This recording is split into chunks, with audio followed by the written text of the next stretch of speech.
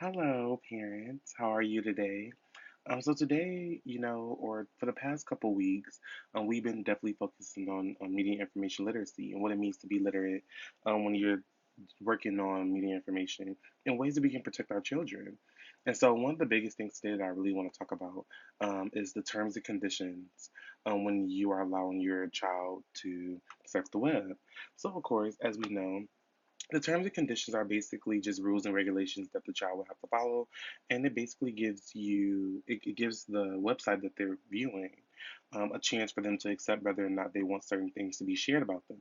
Which, granted, if you don't accept the terms and conditions, you usually can't use that site. And so, one of the biggest things that I think is super important is that in those terms and conditions, especially when we're using sites like Facebook, like Instagram, Twitter, when we're using other avenues or different type of child games or apps and um, things like that, we need to be very, very, very cautious of how much information the child is actually giving out and what they're allowing people to use. Um, so, for instance, on Facebook Messenger, you can have the option to where you can um, download the app, and when you first download it, it says, oh, would you accept us to use your location, would you accept us to use your microphone, would you accept us to use your camera? And so that's completely fine. I completely understand it, because in order for you uh, to use those avenues, you would need to accept.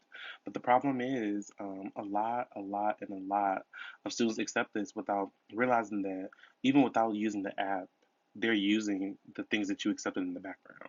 So they're using your camera because they want to know, like, what do you do, where places do you go, what do you see, where you like to eat. They're using your microphone to detect, like, what's your favorite places to shop, what's your favorite um, food to eat, so that they can appear on your Facebook timeline.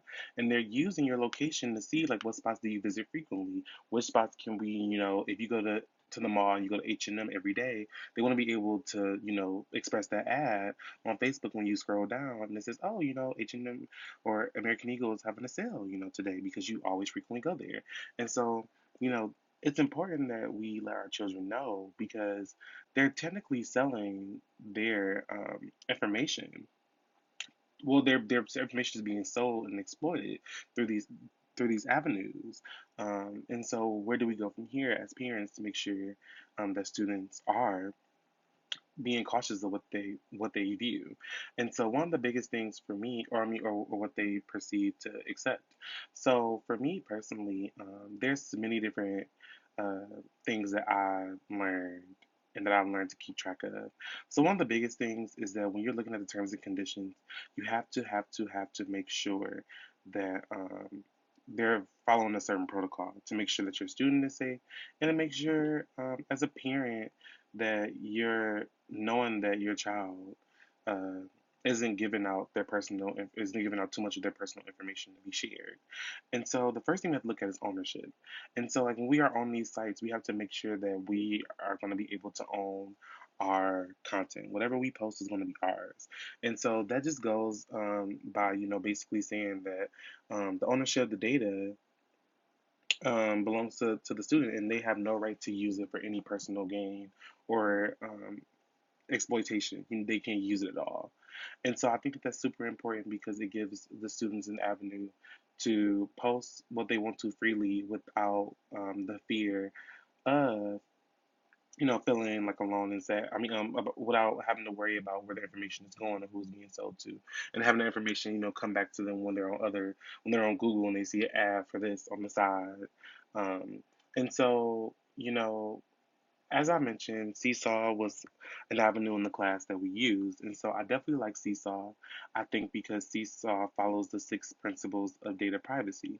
And so, like I said, first ownership, whatever the student posts, it's their own. It's even to the point where they have this thing where after, if you decide to delete the account, after 60 days, all your information will be completely wiped from their system. And so they won't have anything else to do with it anymore. And I think that that's important because it just goes to show once again that, like, the student's information will only stay between Seesaw and them. And once their relationship is broken, it will cease completely. And so that's super important. Number two is the ethical use. So, making sure that the learning data is used for instructional concerns. And so one thing I like about Seesaw is that Seesaw takes a lot of its data and it uses it to better enhance its app to make sure that the students are getting the best experience when they are using this app.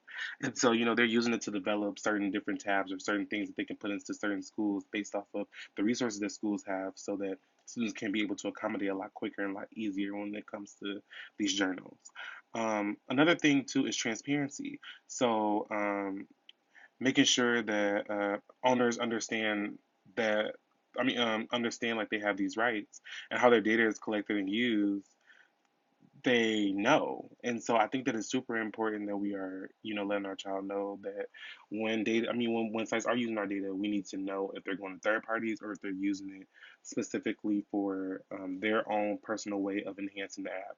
And so I know a lot of apps do it like this. I know Instagram recently did something about this. So they're trying to create a more environment. I know that in a couple countries they have actually stopped you from being able to like pictures or being able, or unable for the likes to be visible. And so basically, like if someone likes your picture, you will only be the one to see it, so that it won't be a competition of like people posting because of likes. They should be posting because it's just a way for them to share and build on their social profiles and their media, basically. Their media information. And so also too freedom of expression. So faculty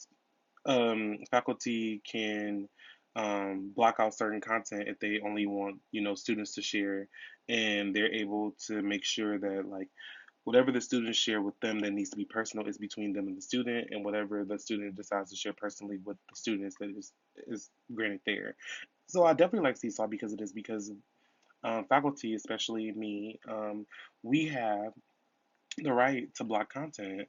And so, like for example, if a student just wants me to read a personal poem, if they do post it, I'll be the only one to see it. And so I think that that's super important because we should be able to make sure that even though that these are expensive websites, that if things need to be handled in a more appropriate manner, that we aren't having the host staff be involved. And so the good thing is, I can have them send it, and if it's approved, and school related school content, nothing that I need to report, then I can post it on the wall freely. I can ask the students if they're okay with that, and then that's completely fine as well.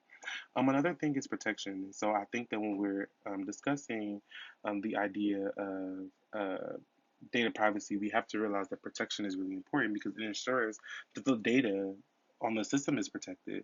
And, we always are afraid that, oh, well, the website is going to steal my information. Well, you also have hackers. You also have um, other people who have access to your passwords and things like that that want to get your information. There's been for like the last year this big thing on Facebook where people have recreated profile pictures and taken people's images and have messaged people so they can create scams. And so I think that this is super important because we don't want our children's information to be put in the wrong hands or be sold around or moved around through scammers or hackers.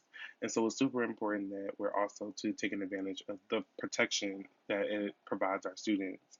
And our children, just making sure that, at the end of the day, they're safe. And then finally, access and control.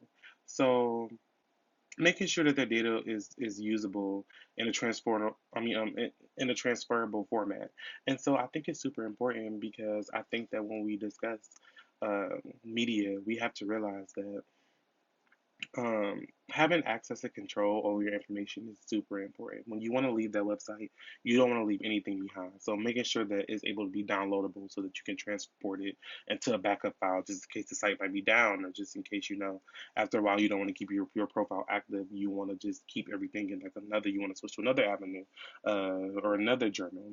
It's very important that students are able to be able to transfer the information and have it and keep it for as long as they want to or they need to. You never know. A lot of the information that they produce could one day be something useful to them. Um, And it's super essential that they're promoting that authorship, and that they know that it's their content, and that they are allowed to do whatever they want to with it, whatever they please to with it. But it's the fact that they know that it's theirs. And so the site gives, so since the site is giving them that the avenue, it's lovely. I love it. So basically, that's all for today. I just want to discuss why Seesaw was definitely a big deal. Um, and a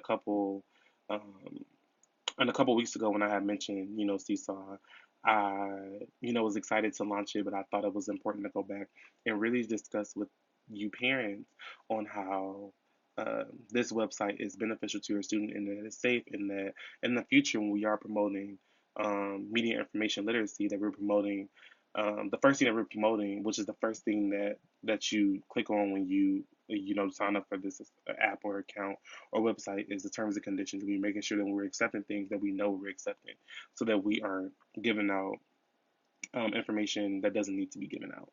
So thank you. Have a beautiful day. Bye bye.